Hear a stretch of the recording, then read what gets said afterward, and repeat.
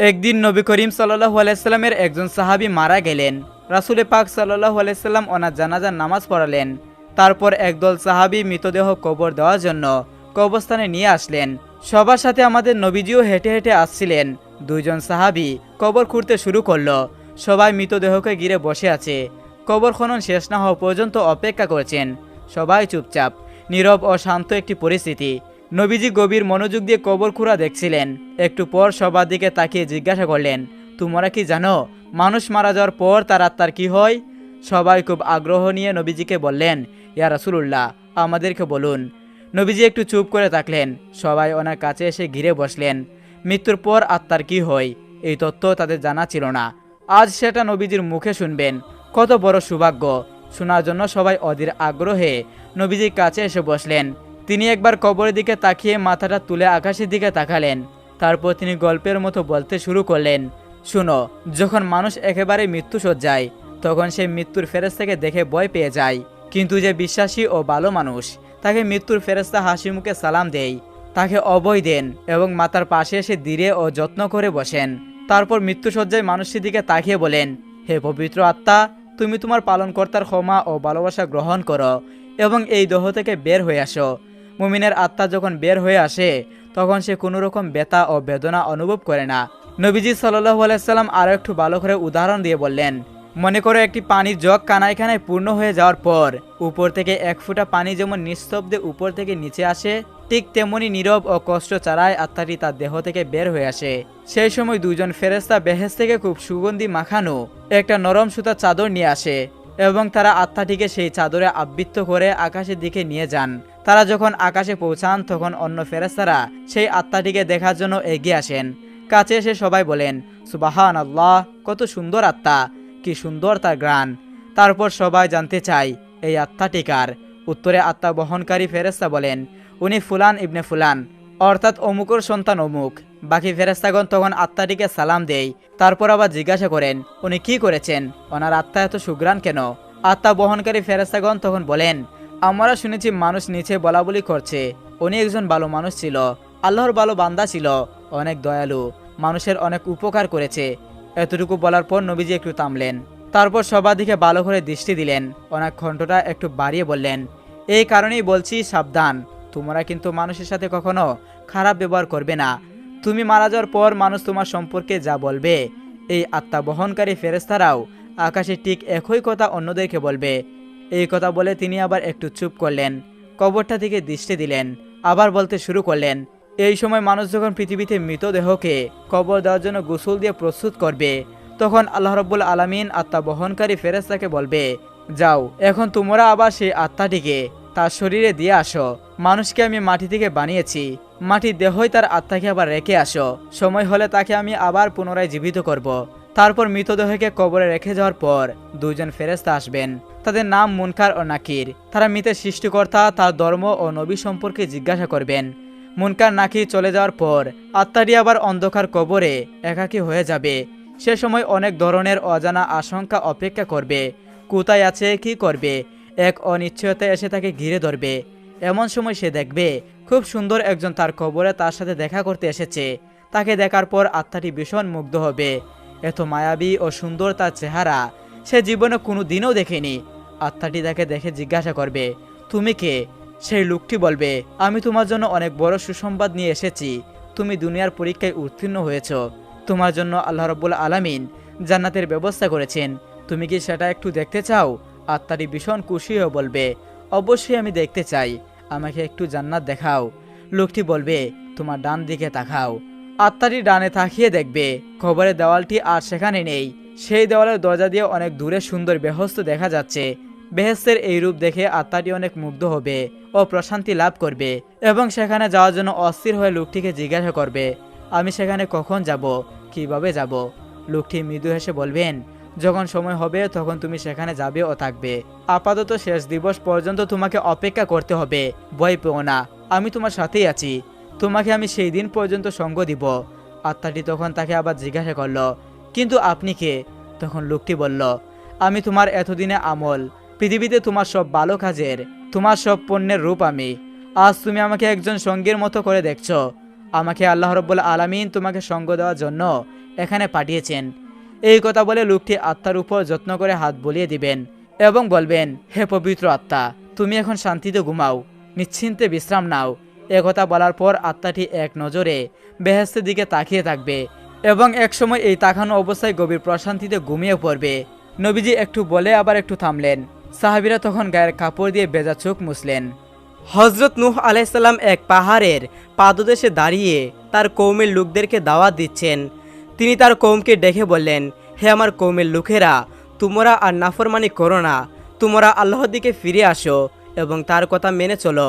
আর তোমরা তাকে আল্লাহ বলে স্বীকার করো এবং অন্তর দিয়ে বিশ্বাস করো। আল্লাহ এক, তার কোনো শরিক নেই। তোমরা সবাই শিরক ছেড়ে দাও ও খাঁটি মনে তৌবা করো, নয়তোবা এক কঠিন শাস্তি আসবে। নূহ আলাইসাল্লামের এই কথা শুনে তার কৌমের লোকেরা হাসতে লাগলো এবং নূহ আলাইসাল্লামকে উদ্দেশ্য করে বলতে লাগলো, হে নূহ, তুমি 950 বছর ধরে একই কথা বলে আসছো। আমরা কি বাচ্চা যে তোমার ভয় দেখানো শুনে আমরা বয়ে কাঁপবো? হে নূহ, তুমি তো নিজেই পাগল হয়ে গেছো। লোকটির কথা শুনে বাকি লোকেরা হাসতে লাগলো। আমাদের যেই মাটির দেবতা রয়েছে তারা অনেক শক্তিশালী। হে নূহ, তুমি নিজে বরং আল্লাহর গজবের মুখে পড়বে। হজরত নূহ আলাইসাল্লামের কৌমের লোকদের মধ্যে হতবাগা বদমাস এক বৃদ্ধ লোক ছিল, যার নাম কিসরা। একদিন সে তার ছেলেকে ডেকে বলল, শুনো বেটা, নূহ আলাইসাল্লামের কথায় কখনো কান দিবে না। তাকে যেখানেই দেখবে সর্বোচ্চ চেষ্টা করবে তাকে যে কোনোভাবে কষ্ট দেওয়ার, কেননা সে আমাদের বাপ দাদাদের ধর্ম সম্পর্কে মন্দ কথা বলে এবং আমাদের দেবতার সম্পর্কে বাজে কথা বলে। ছেলেকে এই নসিহত করার পর সেই বৃদ্ধ লোকটি তার ছেলেকে সাথে করে নূহ আলাইসাল্লামের সন্ধানে বের হলো। প্রতিমধ্যে হজরত নূহ আলাইসাল্লামের দেখা পেয়ে গেল। সে তার ছেলেকে বলল, বেটা, এই হচ্ছে সেই ব্যক্তি যার সম্পর্কে আমি তোমাকে সাবধান করেছিলাম। এই লোক একজন জাদুকর মৃত্যুক, এর কথায় কখনো নিজের বাপ দাদাদের ধর্ম ছেড়ে দিবে না। এই হতবাগা ছেলে তার বাবার কথা শুনে সঙ্গে সঙ্গে তার বাবার হাতে থাকা লাঠি নিয়ে নূহ আলাইসাল্লামের মাথায় আঘাত করলো। ফলে হজরত নূহ আলাইসাল্লামের মাথা ফেটে রক্ত বের হতে লাগলো। হজরত নূহ আলাইসাল্লাম আল্লাহ তাআলার কাছে প্রার্থনা করলেন, হে আমার রব, আমি আমার কওমের লোকদেরকে দিনরাত হেদায়েতের পথে আহ্বান করেছি, কিন্তু এরা সবসময় তাওহীদ থেকে পালিয়ে বেরিয়েছে। অতঃপর তিনি বললেন, হে আল্লাহ, যদি তুমি এদের প্রতি রহমত করতে চাও তাহলে এদেরকে হেদায়েতের রাস্তা দেখাও, আর নয়তো আমার ধৈর্য বাড়িয়ে দাও, কেননা আমার ধৈর্য এবং সহন ক্ষমতা শেষ হয়ে গিয়েছে। এদের মন্দ ব্যবহার সহ্যের সীমানা অতিক্রম করে গিয়েছে। হাই, আমি যদি এটা জানতে পারতাম যে এই কওমের মধ্যে কেউ হেদায়েত লাভ করবে, তখন আল্লাহ তাআলার পক্ষ থেকে নূহ আলাইহিসসালামের নিকট ওহী পাঠানো হলো যে তোমার কওমের লোকদের মধ্যে আর কেউ ঈমান আনবে না। যারা ঈমান আনার ছিল তারা ইতিমধ্যে ঈমান এনে ফেলেছে, নতুন করে আর কেউ ঈমান আনবে না। অতঃপর আল্লাহ তাআলা বললেন, হে নূহ, এখন আর হেদায়েত পাওয়ার মতো কোনো পিতার ঔরসে কেউ নেই এবং কোনো মায়ের গর্ভে আর কেউ অবশিষ্ট নেই। এই কথা শোনার পর হজরত নূহ আলাইহিসসালাম বললেন, হে আমার রব, আপনি এই জমিনে একজন কাফিরকেও আর অবশিষ্ট রাখবেন না। আল্লাহ তাআলা নূহ আলাইহিসসালামের দোয়া কবুল করলেন। তার কওমের লোকদের উপর আল্লাহ তাআলার পক্ষ থেকে আযাবের ফয়সালা হয়ে গেল। বিখ্যাত মুফাসসির হাফিজ ইবনে কাসির রহমতুল্লাহি লিখেছেন, হজরত নূহ আলাইহিসসালামের জন্ম হজরত আদম আলাইহিসসালামের মৃত্যুর 126 বছর পর হয়েছিল। হজরত নূহ আলাইহিসসালামকে আল্লাহর ও সমস্ত জলিলুল কদর নবীদের মধ্যে গণনা করা হয়েছে, যাদের উল্লেখ কুরআনুল কারিমে রয়েছে। নবীদের মধ্যে হজরত নূহ আলাইহিসসালাম সবচেয়ে দীর্ঘ হায়াত লাভ করেছিলেন, কিন্তু তা সত্ত্বেও হজরত নূহ আলাইহিসসালামের একটি দাঁতও পড়েনি, এমনকি তার মাথার একটি চুলও সাদা হয়নি। তার ইবাদতের উদাহরণ এমন ছিল যে সারা দিনরাত তিনি ইসলামের দাওয়াত এবং অন্যান্য কাজকর্ম ব্যস্ত থাকার পরেও তিনি দৈনিক 1000 রাকাত নামাজ আদায় করতেন এবং তিনি সর্বপ্রথম নবী ছিলেন যার বদদুয়ার কারণে তার পুরো উম্মতকে আল্লাহ তাআলা ধ্বংস করে দেন। তার কওমের লোকেরা তার উপর অনেক জুলুম নির্যাতন করা সত্ত্বেও তিনি কখনো তাদের সাথে খারাপ আচরণ করেননি। এমনকি তিনি প্রত্যেকটি লোকের ঘরে ঘরে গিয়ে দিনের দাওয়াত পৌঁছাতেন, যার কারণে লোকেরা তাকে পাগল মনে করত। তাদের উপর আযাব আসার পূর্বে তার কওম নূহ আলাইহিসসালামকে নানাভাবে কষ্ট দিতে লাগলো। কওমের লোকেরা তাকে এমন পরিমাণ মারধর করত যে নূহ আলাইহিসসালাম বেহুশ হয়ে যেতেন। এরপর কওমের লোকেরা তাকে কম্বল পেঁচিয়ে তার ঘরে ফেলে রেখে যেত আর ভাবত হয়তো তিনি মারা যাবেন। অনেক সময় তাকে বেহুশ অবস্থায় কম্বল মুড়ি দিয়ে ঘরে ফেলে রেখে তার উপর পাথর চাপা দিয়ে রাখা হতো। রাত্রিবেলায় হজরত জিব্রাইল আলাইহিসসালাম এসে সেই পাথরটিকে সরিয়ে দিত এবং নূহ আলাইহিসসালামকে সেখান থেকে বের করে আনত।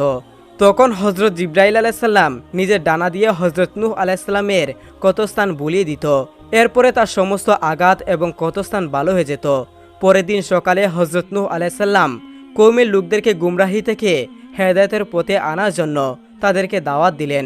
হজরত আবদুল্লাহ ইবনে আব্বাস রাদিয়াল্লাহু হতে বর্ণিত রয়েছে, হজরত নূহ আলাইসাল্লাম 120 বছর ধরে কওমের লোকদেরকে আল্লাহর দ্বীনের পথে আহ্বান করেছেন, কিন্তু তার কওমের লোকেরা তার কোনো কথাই শুনেননি। এরপর আল্লাহ তাআলা হজরত নূহ আলাইসাল্লামকে নৌকা তৈরি করতে নির্দেশ দিলেন। এরপর যখন হজরত নূহ আলাইসাল্লাম নৌকা তৈরি করে তার মধ্যে সোয়ার হলেন, সেই সময় তার বয়স কয়েকশো বছর হয়েছিল। এরপর আল্লাহ তাআলার সেই মহাপ্লাবন আগমন করল।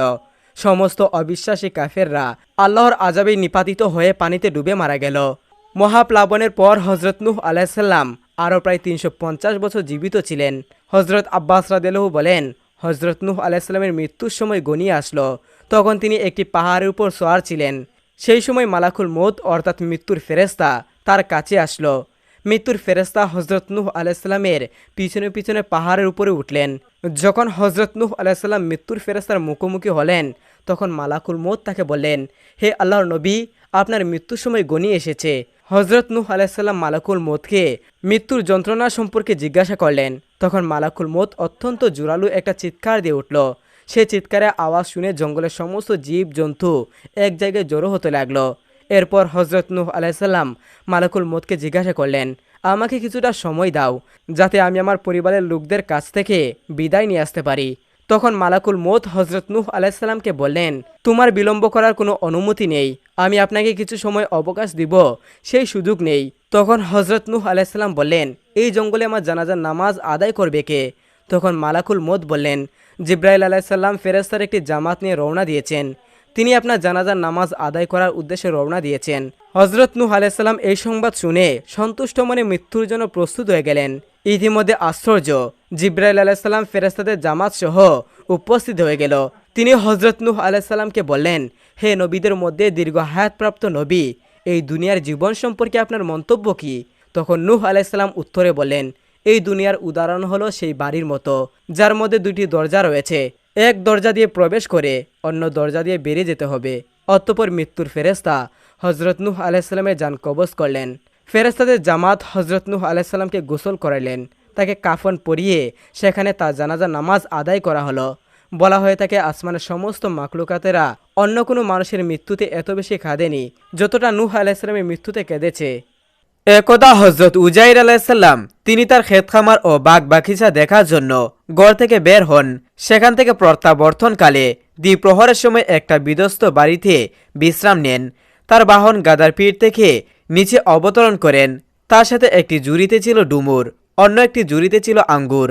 খাওয়ার উদ্দেশ্যে তিনি একটি পেওয়ালায় আঙ্গুর নিংড়িয়ে রস বের করেন এবং তার শুকনো রুটি তাতে ভিজিয়ে রাখেন। রুটি উক্ত রসে ভালোরূপে ভিজে গেলে খাবেন।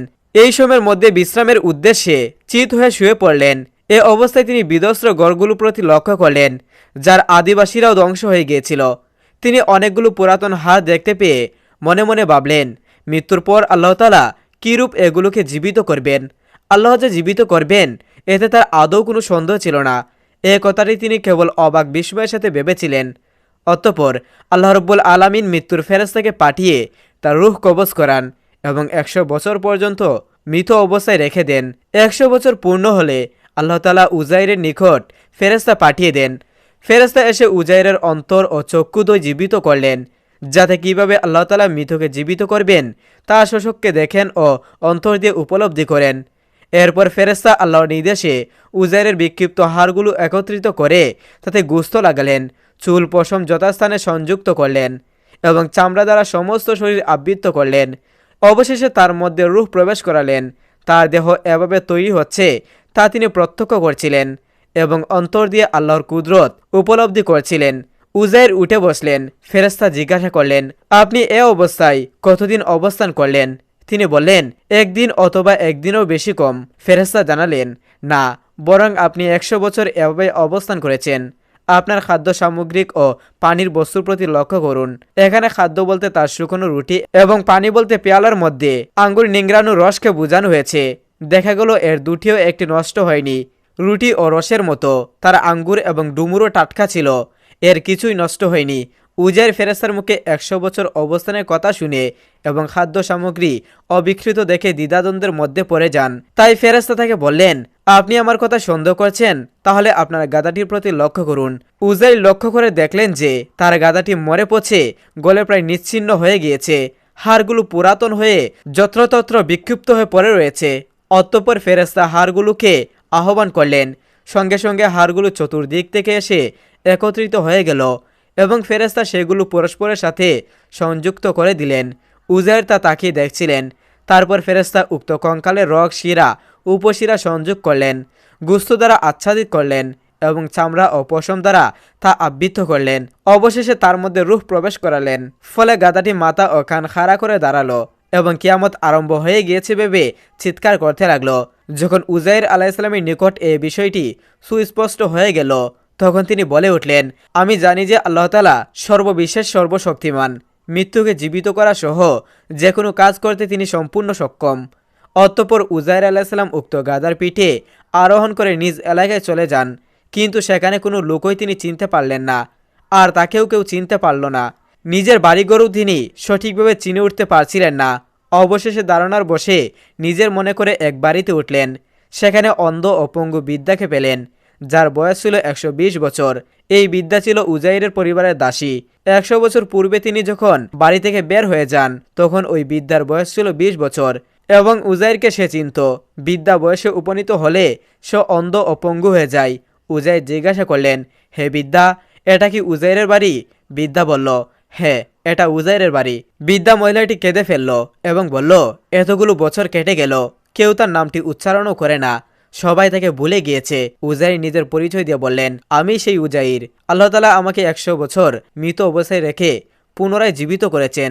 বৃদ্ধা বলল, কি আশ্চর্য, আমারও তো 100 বছর পর্যন্ত তাকে খুঁজে পাচ্ছি না, সবাই তার নাম ভুলে গিয়েছে, কেউ তাকে স্মরণ করে না। তিনি বললেন, আমি সেই উজাইর। বৃদ্ধা বলল, আপনি যদি সত্যি উজাইর হন, তাহলে উজাইরের দোয়া আল্লাহ তাআলা কবুল করতেন। কোনো রোগী বা বিপদগ্রস্তের জন্য দোয়া করলে আল্লাহ তাআলা তাকে নিরাময় করতেন এবং বিপদ থেকে মুক্ত দিতেন। সুতরাং আপনি আমার জন্য দোয়া করুন।